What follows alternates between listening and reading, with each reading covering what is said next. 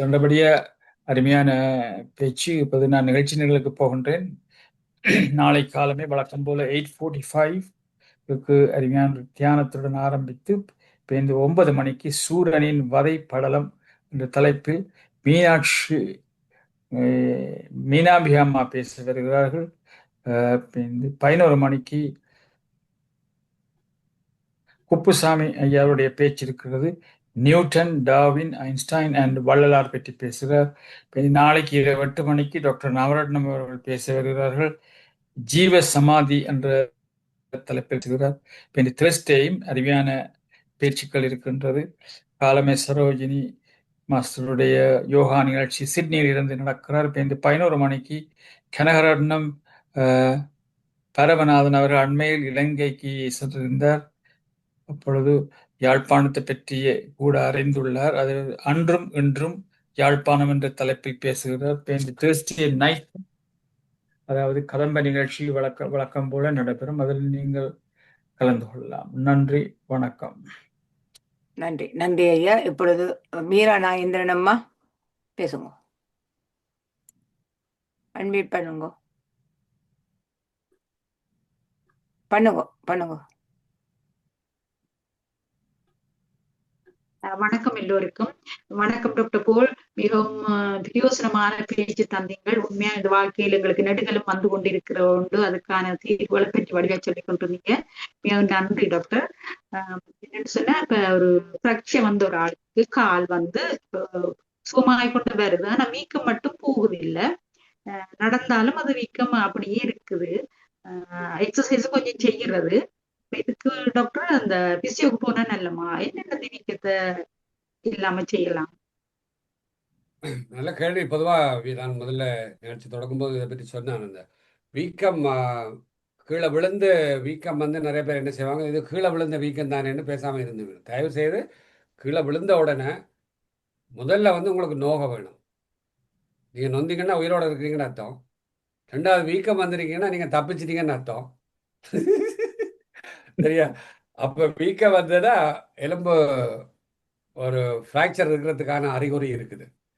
சரியா? அதே வந்து நீங்கள் உங்களுக்கு வேறு ஏதாவது வருத்தங்கள் இருந்து ரொம்ப சீரியஸாக டயபெட்டிக் அதெல்லாம் இருந்தால் சில பேருக்கு நோகாது. ஸோ அப்போ அதையும் கவனித்து கொள்ளணும். விழுந்து உங்களுக்கு வந்து ஒரு இது பண்ணி அல்லது காலில் ஏதாவது, இப்போ சில பேருக்கு ஒஸ்டியோபொரோசிஸ் இருக்கும். வயது ரொம்ப முதியவர்களுக்கு ஒஸ்டியோபொரோசிஸ் வந்து சும்மா நடக்கைகளே எலும்பு உடைஞ்சிடும். பார்த்தா கொஞ்ச நேரத்தில் பார்த்தா வீங்கிடும். அதனால் அவர்களுக்கு வந்து நோவு இருக்காது.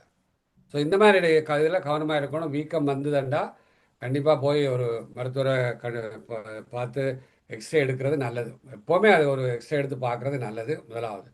ரெண்டாவது வந்து நீங்கள் என்ன கேட்டீங்கள்,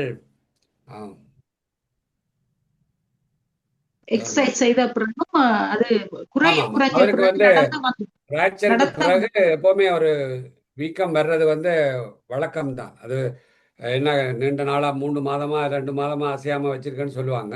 அப்போ அதனால் ஒரு வீக்கம் வரும். அது பயிற்சிகளில் நீங்கள் சொன்ன மாதிரி ஃபிசியோதெரப்பி, ரீஹேப் பயிற்சிகளில் போயிடும். அடுத்தது இந்த பிளேட்டுகள் வச்சுருந்தா உங்களுக்கு தெரியும், உள்ளுக்குள்ளே வந்து மெட்டல்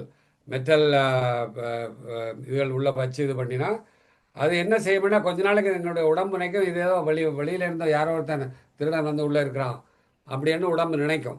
நினச்சி அந்த இடத்துல வந்து அதிகமாக வேலை செய்ய அது எப்படியாவது கலட்டு தான் பார்க்கும். அப்போ அதுக்கு உடனடியாக டாக்டர்ஸ் மருந்தும் கொடுக்க மாட்டேனோம்.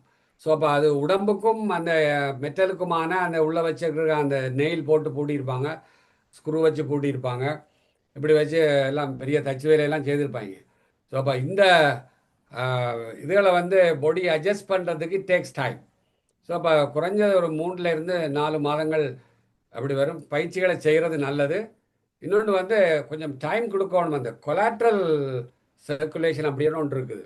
அதாவது ஒரு இடத்துல பாதிக்கப்பட்டால் அதுக்கு வந்து கொலாட்ரல் சர்க்குலேஷன்னா புதிய இரத்த குழாய்கள், புதிய நிணநீர் குழாய்கள் வந்து உருவாகும்.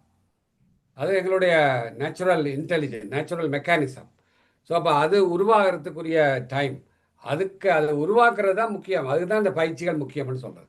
கண்டிப்பாக வந்து ஃபிசியோ ரீஹேப் செய்யத்தான் வேணும். நன்றி. Thank you doctor. நன்றி நன்றி அம்மா. அடுத்து டாக்டர் சதாமனு அம்மா பேசுங்க. அனைவருக்கும் வணக்கம். வழக்கம் போல அருமையான பேச்சு டாக்டர் போல் ஜோசப் மாஸ்டர் அருமையாக இருந்தது. ஆனால் அந்த உடல் மொழி என்றது அது எங்களுக்கு சர்ஜன் படிப்பிக்க முதல் நாங்கள் யூனியர்ஸாக இருக்க அது சொல்லுவார். முதல் ஒரு அப்பெண்டிசைட்டிஸை படிப்பிக்க சொல்லுவார். முதல் ஒரு சாடையா ஒரு நோவு மாதிரி இருக்குமா, அல்லது சக்தி வர மாதிரி இருக்குமா, ஏதோ ஒரு சிம்டம்களுக்கு சொல்லுமா, நாங்கள் அதை கேட்கறே இல்லையா, கேட்காம விட்டுட்டு போய் சாப்பிட்டு குடிச்சு எல்லாம் செய்து கூட சக்தி எடுப்போமா, இப்படியே சொல்லிக்கொண்டு போவார். அப்படித்தான் அவர் படிப்பிக்கிறது. அது ஞாபகத்தில் வந்தது நீங்க சொன்னது. நீங்க போன நினைக்கிறேன் ஒரு ஸ்பீச் வந்து நான் மிஸ் பண்ணிட்டேன். நான் ஹொலிடேல திரும்பவும் அதை பார்த்தேன். அருமையாக இருந்தது. நன்றி. நன்றி நன்றி டாக்டர். நன்றி நன்றி அம்மா. நான் இன்னைக்கு என்னுடைய பேர பிள்ளைக்கு 5 மணிக்கு பேப்டிசம் இருக்கு, நான் ஓடி போகணும். இன்னும் அரை மணி நேரம் இருக்கு, என்ன விட்டீங்கன்னா நன்றி ஐயா, உங்களோட அருமையான நன்றி. பேச்சு. தொடர்ந்தும் நீங்க வந்து அடுத்த பகுதி 4வது பகுதியில இப்படிப்பட்ட விஷயம் முக்கியமாக இருக்குது, இம்பார்ட்டண்டா இருக்குது. இது எல்லாரோட உடல் தேவைகளுக்கும் நீங்க கட்டாயம் ஒரு நல்ல ஒரு பேச்சை நீங்க தந்தீங்கன்னு சொன்னா அதுக்கு நாங்க நன்றி கூறிக்கொள்றோம். இன்னைக்கு நீங்க வந்து இவ்வளவு உங்களோட தேவைக்கு மத்தியிலையும் நன்றி. நீங்கள் வந்து ஆம், மீண்டும் அருமையான சந்திப்போம் பேச்சு. அடுத்த அந்த நிகழ்ச்சி. ஞான யோகராஜா அவர்கள் கையெழுத்தி இருக்கிறார். ஞான யோகராஜா அவர் கையெழுத்தி இருக்கிறார். பேசுங்கம்மா, ஞானம்மா பேசுங்க. டாக்டர் டாக்டர் போல் இன்றைக்கு தந்த ஸ்பீச் நல்ல ஹெல்ப்ஃபுல்லா இருந்தது. ஏன்னா லேடிஸ் எல்லாருக்கும் மெனப்போஸ் வந்தால் ஆஸ்டியோபரோசிஸ் கூடுதலா வர்றதுதானே. அநேகமா எல்லாருக்கும் டாக்டர்ஸ் கால்சியம் பிரிஸ்கிரைப் பண்ணிருக்கணும். நீங்கள் இன்றைக்கு சொன்னீங்க ஆஸ்டியோபரோசிஸ் ஆக்க நடந்து போயக்குள்ள விழுந்து போகணும், முறிஞ்சு போகணும், எல்லாரும் பயப்பட போயிடும் உங்களோட நீங்க அப்படி பகிர்ந்ததுக்கு. ஆனோடியால் அவ தங்களோட வாழ்க்கையிலேயே கால்சியம் போய் கேட்டு தண்ணி எடுத்திருக்க வேண்டும். நீங்க வடிவா விளக்கப்படுத்தி விடுங்கோ. ஏன்னா அல்லது ஆஸ்டியோபரோசிஸ் வந்தாக்கள் எல்லாரும் பயப்படுவீங்க. இல்ல அந்த பீரியட் நின்றுட்டு அதனுடைய கட்டாயம் ஆஸ்டியோபரோசிஸ் இருக்குன்னு சொல்லி சாரி நான் அப்படி சொல்றதுக்கு. ஆனால் அது ஒரு பகுதியா சொன்னேன். நீங்கள் எல்லாருக்கும் பயப்படக்கூடியதா இருக்குமென்னு நான் நினைக்கிறேன். ஏன்னா நானும் ஆஸ்டியோபரோசிஸ் வந்து நீங்க சொன்ன சரிதான். ஆஸ்டியோபரோசிஸ் வந்து ஒரு ஒரு ஒரு டாபிக். நான் ஒரு நாளைக்கு அதை பற்றி பேசுவோம். தனியா சொல்ல நன்றி நன்றி நன்றி. மீண்டும் சந்திப்போம். நான் கொஞ்சம் போக வேண்டி இருக்கிறதுனால. ஓகே ஓகே நன்றி. இப்பொழுது நாங்க பேசுறதுக்கு யாரும் கை உயர்த்தவில்லை. எங்களோட நேரமும் சரியாயிட்டது. 35க்கு போய்விட்டோம். சிறுசந்திரராஜ் ஐயா, நாங்க நிறைவு செய்வோமா? நிறைவு செய்வோம். நாளைக்கு மீண்டும் 8:45